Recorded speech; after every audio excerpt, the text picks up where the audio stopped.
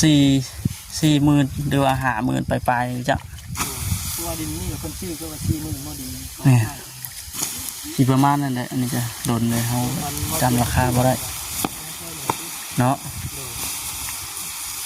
ชีเพิ่นก็มันเข้ามาถามอยู่นะถามดินที่ว่ามันว่างดินที่ว่าก็เจ้าบ่ได้ปลูกอ้อยปลูกหยัง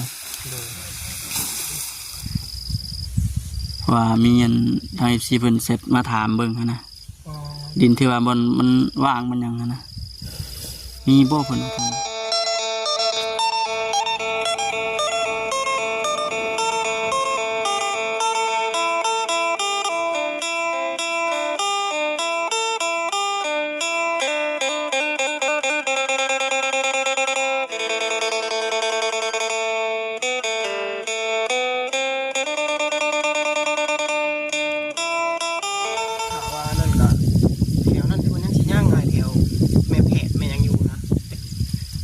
ยังก็ชื่อเรา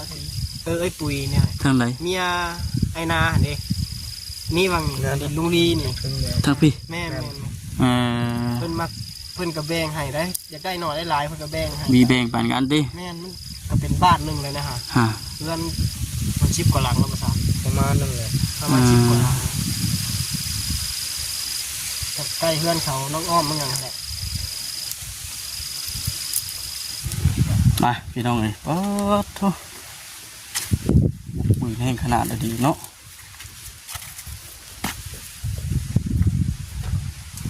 คักแม่ดีน้องไล่บุกเป็นบุกบะนี่สบายดีเด้อมิดสมอใช่ไหมนี่ยังกดเตาอีกสะทางเมื่อนั้นคือว่านั่นแหละแกมาเห็นบ่3ได้ยันเห็นเวียยังอีกจะมือมันวันที่10อีกวันที่10มื้อนี้วันที่9เนาะวันที่10กับวันที่11มานี่เพิ่นว่าไว้เลื่อนไปเรื่อยๆดิก็จะตัดไว้บ้านมีจะตัดซ้ำเลยมื้อนี้มาโน่นเนาะอะไรก็ได้เนาะจะปลูกอ้อยบ่คือแม่นปลูกอ้อยบ่บัดตัดจะได้ปลูกอ้อยเลยปลูกแล้วจังตัดบ่แล้วบริตัดบัดมีให้รถมีแต่รถกับเจ้าใช่ป่ะพอเพิ่นว่าไว้ตอนแรกเพิ่นว่าสิได้ตัดอ้อยพันธุ์ก่อนเนี่ยบ่นี่บ่ได้ตัดอ้อยพันธุ์เลยปลูกแล้วมีแต่รถกับเจ้าตัดมีแต่เฮากับปลูกอย่างเดียวบัดนี้ปลูกวันนี้ปลูกจนฮอดเดือนไหนบัดเดือน12ประมาณนั้นเดือน1ก็ตัดอ้อยพันธุ์ตัดอ้อยเขากีดครับแสดงว่าได้เฮ็ดเวียกตลอดเนาะช่วงนี้เนาะเวียกอ้อยนี่เนาะเบิดปลูกแล้วแม่นตัดอีกลุยเป็นลุยนี่แหละพี่น้องเนาะมื้อนี้ก็คือว่านะได้เดินทางมาอยู่ทางนี้มื้อนี้ก็ได้มาผู้เดียวทางบ่จิตเพิ่นหยุดเกี่ยวข้าวมื้อนี้ว่าซั่นก็เลยพาทางกันพี่น้อง FC ขึ้นมาเยี่ยมยามทางกันน้องตุ๊กก่อนจะเพิ่นบ่อยู่บ่อันน้องชายมามันแปลกหูแปลกตาเด้อบ้านสมคมไหมโอ้คนจะว่าคิวกุ้มคิดว่ากินควันเตาดิบ่ว่าซั่นสบายดีบุกเตาอีกมื้อนี้ก็ได้เนาะได้จักมื้อแล้ววานมาซื้อนี่จุดวานมาซื้อนี่ประมาณในขวดมันครั้งนี้เป็นทั้งอันยังบ่หมดบ่ใหม่บ่แล้วใหม่ไปแล้วตัวมันหมดมีแต่ไม่หลอดนะเนาะเอามาเผาไปสิเนาะใช่ไหมอ่ะเป็นไม่ดิบดิไม่ดิบมันทำมันได้เป็นน้อยปัดมันแบบน้อยเป็นเพื่อนไม่กะไม่ยังมันเนาะตอนมันอบทำมันอบมันจะง่ายเหมือนกันแค่เป็นตาอบแต่ยังในคักอยู่พี่น้องแค่ว่าเป็นไม่ดิบไม่ยังบ่ค้ำเคยเห็ดอยู่แต่ว่าตาอบในแค่เตาฟีเนี่ยอยากเป็นเท่าเนี่ยได้เปลือกไม่ยังมันก็ได้อันนี้เอาไม่หลอดไม่ยังเห็ดฟ้าโธ่มีแต่รุ่นใหญ่นะเนาะว่าก็ได้ไม่นี่เบี้ยเขาเคี่ยวมากเลยเป็นเอาหน้ามอดชิบ่เนาะเพิ่นบอกให้กับโบเดมอดนี่แหละบ่ถ้าเพิ่นเกิดให้กับได้มอดได้อย่างเพิ่นนะจำเป็นต้องได้มอดได้ดิทางนี้จ้ะคนกลุ่มอยู่เพิ่นถ้าน้องตุ๊กเพิ่นลงไปเฮือนใหญ่เพิ่นบ่เพราะเพิ่นไปเฮือน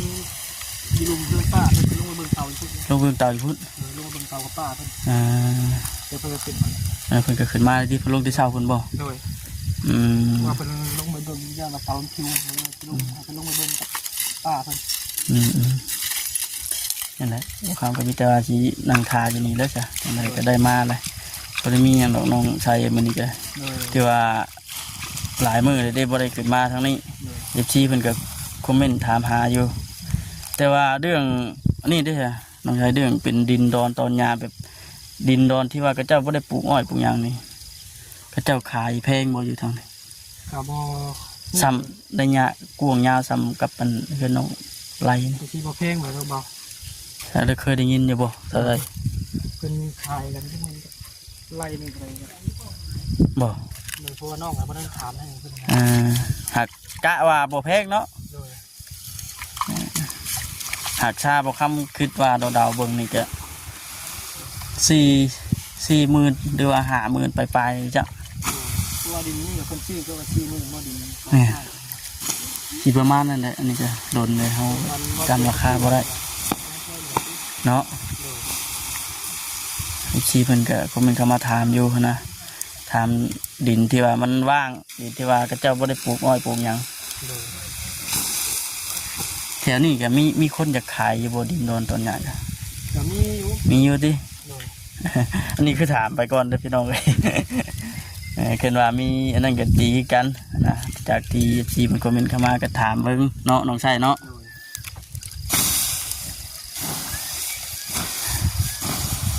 คืนนี้มันบ่ควันบ่คืน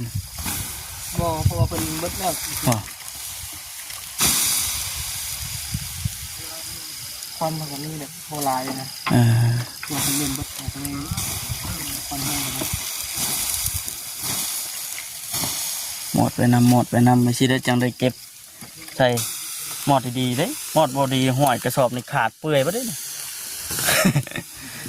คือกระสอบนี่หน่วยจักพันครับไปเอากับเจ้านี่ หน่วยละพัน หน่วยละพัน โดย 50,000 50,000กับ50หน่วย 50,000ก็แม่น50หน่วย โดย โอ้ก็คักเลยแบบนี้เนาะแต่ปากแค่อย่างนี้ครับก็เอาอันตัวมันเป็นแท่งอะไรเนาะมาหยิบคือเขาเก็บใส่ชอบแล้วลงไปหาทั้งทำแม่เจ้าพ่อเป็นหยิบพุ่นป่ะ โดยว่า อื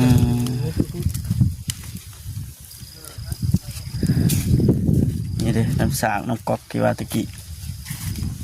น้องไล่ว่าสิคุดเอาควันนะตะกี้นะควันผ้าๆอย่างนี้น้องไล่เนาะ คุดไปคุดมาเลยบูพ่อครับ โอ้พี่น้องเนาะ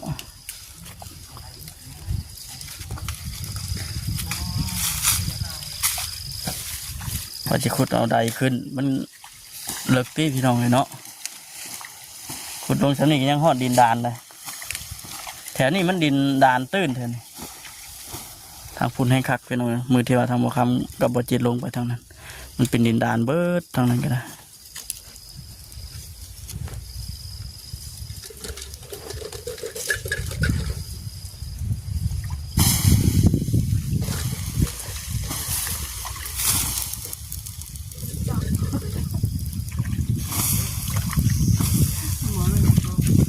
เดี๋ยวบ่ได้ใส่กุ๊บใส่หมดเลยเนาะ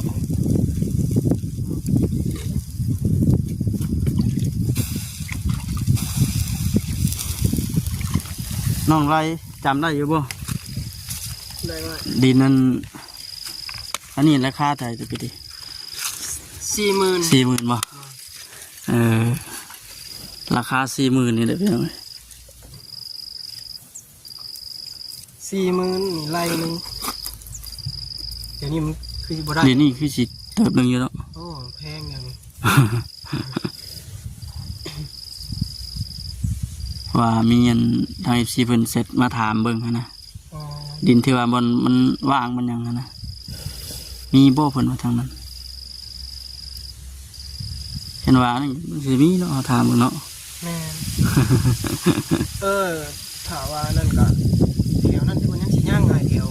แม่แพทย์แม่ยังอยู่นะยังก็ชื่อเราสิไอ้ปุ๋ยเนี่ย ทางไหน เมียไอ้นาหั่นเด้นี่วังดินลุงลีนี่ ทางพี่ แม่น เอ่อ เพิ่นมักเพิ่นก็แบ่งให้ได้อยากได้หน่อยได้หลายเพิ่นก็แบ่งให้ มีแบ่งปันกันติ แม่นมัน ก็เป็นบ้านหนึ่งเลยนะฮะ ฮะ เพื่อนมัน10 กว่าหลังแล้วภาษา ประมาณนั่นแหละ ประมาณ10 กว่าหลังใกล้เพื่อนเขาน้องอ้อมมันอย่างนั้นแหละเป็นแดงอายุแถวนะ เราคงค้านี่ก็ต้องได้ว่ากันอีกเทื่อนึง เยอะน้องพี่น้องว่ามันบ่คือตะกี้เลยตะกี้ก็อีกแบบนึงปัจจุบันนี่มันก็สิแพงอยู่ทางคิดรถกวนแถวแคมทอกแคมทางอยู่แคมทางนี่มันสิห่วย โอ้แพง แพงๆในแคมทางไง ๆตัวน้องใกล้เพื่อนนี่แม่เนี่ยคนถามที่มันดินจะแม่คุณแคบๆมันดินก็คือเป็นยังจะได้100,000 บาท เออ ที่เพิ่นเว้ากับเนาะเพิ่นว่า30 ล้านตะกี้เนาะบัดแล้วแหละบัดนี้แม่เฒ่าบ่อยากขายเลยเว้าแพงเลยนะเว้า บ่ แม่นกับมีคนสิมาเอาแล้วล่ะบัดนี้ไปหาแม่เฒ่าเพิ่นก็เลยว่าเปลี่ยนแผนอีกว่ะ ผม เพิ่นบ่อยากขาย ถ้ามีแต่มันใกล้เพื่อนนี่แม่นะฮะ ดีคือข้างเฮือนน่ะจ้ะ แม่แล้วเพื่อนบอกขายวันนี้มัน อ่า ทำมิดเว่า40,000 50,000นะเนาะอันนี้บดเตียงมาเล่นรีเพันว่า100,000 บาทเนาะ ดินไม่ได้กว้างมันเป็นดินทิศทางนั่น ดินตะดินอันที่ทางดำเลยพี่น้องมันก็บ่สร้างเพื่ออนาคตเด้ คนมาซื้อมาอย่างก็จะคิดแบบ มันใกล้ทางดำในสะดวกสบายเฮ็ดหาที่นี้ก็เลยเนาะถามเบิ้งพี่น้องเนาะ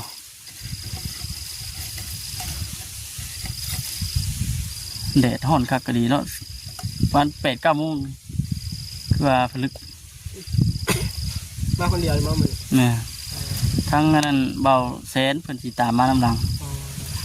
จะมีข่าวดีจากน้องไซมันนี้ก็ได้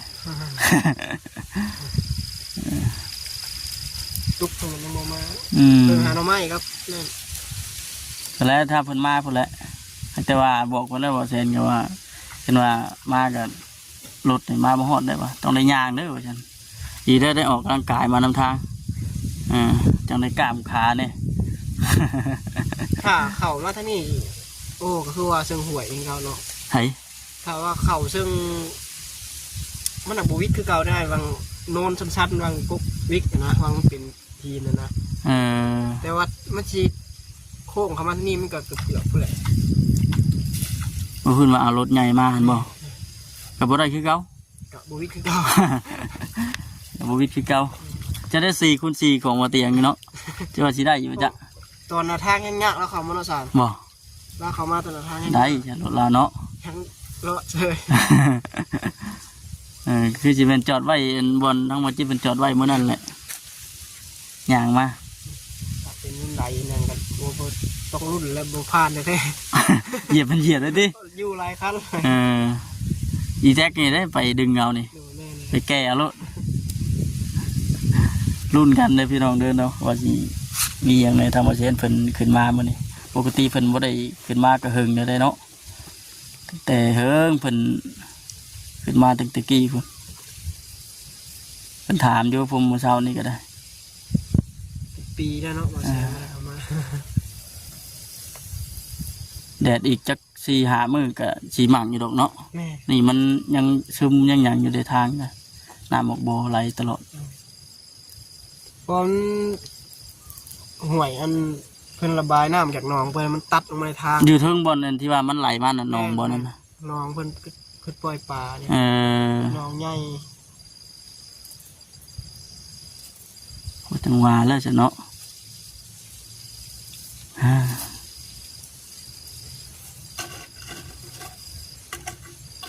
หายเบิดหายหยังพุ่นเอาจังสิขนลงบัดน่ะ แม่ ทานน่ะ แม่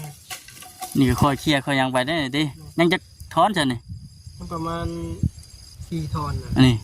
เนาะ อ๋อ จะทมได้ เถอะ ไปทมไหม เดี๋ยว ปลั๊กไฟเกิดเนี่ย ไฟติดดีได้ติ แม่นตัวเพิ่นเปิดออกนะว่าสิสามันบ่มีบอลสาเลยเตาน้อยๆเองนะนี่นะไม่รถป้า น้อยกว่าสุดก่อนบ่ ชุดก่อนมัน2 รถกับ3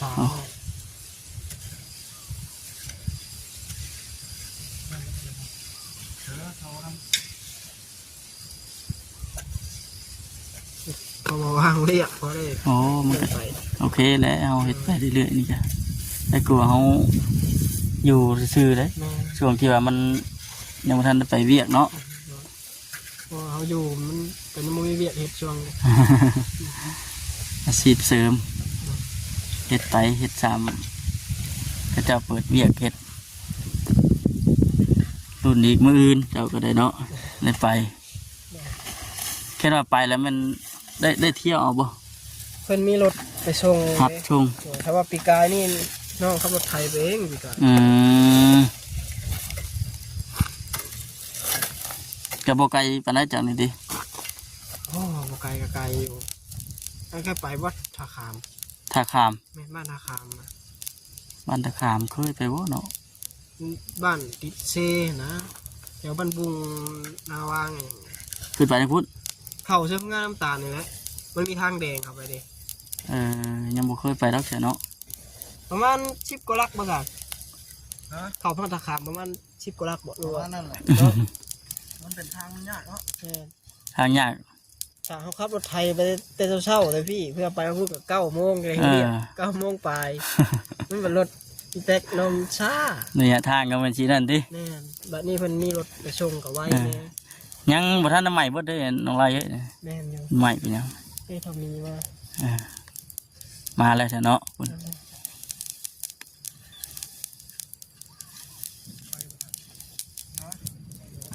พี่น้องสิเข้าไปอันโอลมกับอันทางน้องตุ๊กเพิ่นพี่น้องเนาะก็บ่ได้มีหยังหรอกพี่น้องเอ้ยแวะเข้ามาเยี่ยมมายามเบิ่ง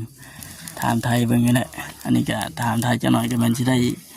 เมื่อบ่คำก็ได้พุ่นแม่นแล้วนะย่างต่อยมาแล้วพุ่นเถอะ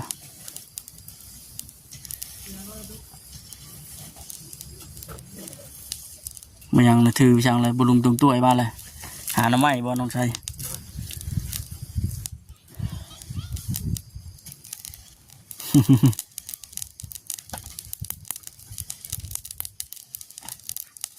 จะเบิ่งต่อตาไม่เออ อยู่พุ่นกับเฮ็ดพี่กับเฮ็ดเนาะตื่มกันเด็กหน่อยก็เป็นลายแล้วบัดนี้ไปจะพี่น้องไปสิไปเอาลงก็น้องตุ๊กก่อนบาดนี่สามชาทั้งบ่แสนเพิ่นเดินทางมาฮอดบางทีเพิ่นโดนน่ะก็สิได้เห็นกับป้าเพิ่นจำประเทศเพิ่นป้าทุกมาแต่ใส่น้องตุ๊กสบายดีพุ่นไปนั่งพุ่นไปเอาของต้นก่อนเด้อมียังนี่น้องตุ๊กทุกหมักกระถินโอ้น้องไล่เห็ดเห็นครัวเลยเนาะไปเนาะอยู่นอกพี่แบบนี้ แม่ เออ เฮ็ดอยู่นี่ก่อน ก็ได้ใช่ก่อน เกี่ยวข้าวเนาะไม่ได้ใส่โอ้มันก็สบายอยู่น้องไล่ตรงนี้เฮ็ดอยู่เฮ็ดกินเฮ็ดอยู่นี่มันก็สบายดังพืชดังไผ่อยู่นี่เนาะไปพี่น้องเลยเบิ่ง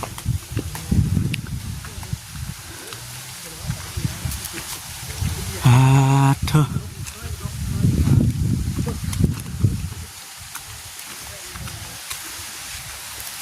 น้องตุ๊กมาแต่ใส่ผมกินนี่ ยังบ่เปลี่ยนอยู่บ่อันหวดนี่ฮะยังหนึ่งตัวนี้อยู่บ่เปลี่ยนแล้วบ่เคียอันยังบ่ใส่ตัวใหม่นะอ๋อทุเป็นเต่าเป็นหยังใส่แล้วพี่น้องเนาะคักกูเก่าวันเอา โลกระดาษก็ออกมาใส่ละ จะถ่ายกล่องมาใส่แล้ว อยากไปราด ตัวนี้นะอยากบางกว่าตัวนั้นอยู่พี่น้องเนาะตัวนั้นน่ะคือสีแพงกว่าตัวนี้คักบ่บันซุกไว้เป็นหยัง เลย มันบางนี่เพราะนั้นซุกไว้เด้อมาจะใส่เมื่อกี้นี่ ออกมา น้องแต่เนาะ เลย ไปเจาะเบิ่งเตาบ่ บ่ เพื่อไปเจาะเบิ่งเตาใช่ ไปเจาะบนเต้าในใจไปส่งไปหลินเนี่ย ไปดินเฮ็ดแต่เบามา เห็นอยู่ใช้เอ้า บนทางตัวบนทางเพื่อนๆนี่ แม่นบ่ เลย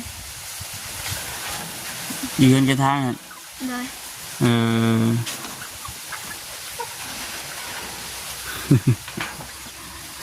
เขี่ยลงไปหาน้ำหมกน้ำไม้พุ่นนะ ยังไม่ได้ไป อืม ไม่นอนคนเลยไปหาพิจิโร่ มีบ่ มีเมื่อวานไปเข้าเจียวนี่ ได้บ่ ได้ประมาณ20ไปตัว ไปกับไผบัดนี้ ไปกระปะ อืม ไปแถวใกล้แถวยังเลยได้อนี่ขึ้นป่าขึ้นโดนหุ่นเดชมันยังถือกุดถือหมวกไปนำ ซึ่งผู้ซึ่งเขาไทย อืม ได้หลายอยู่ได้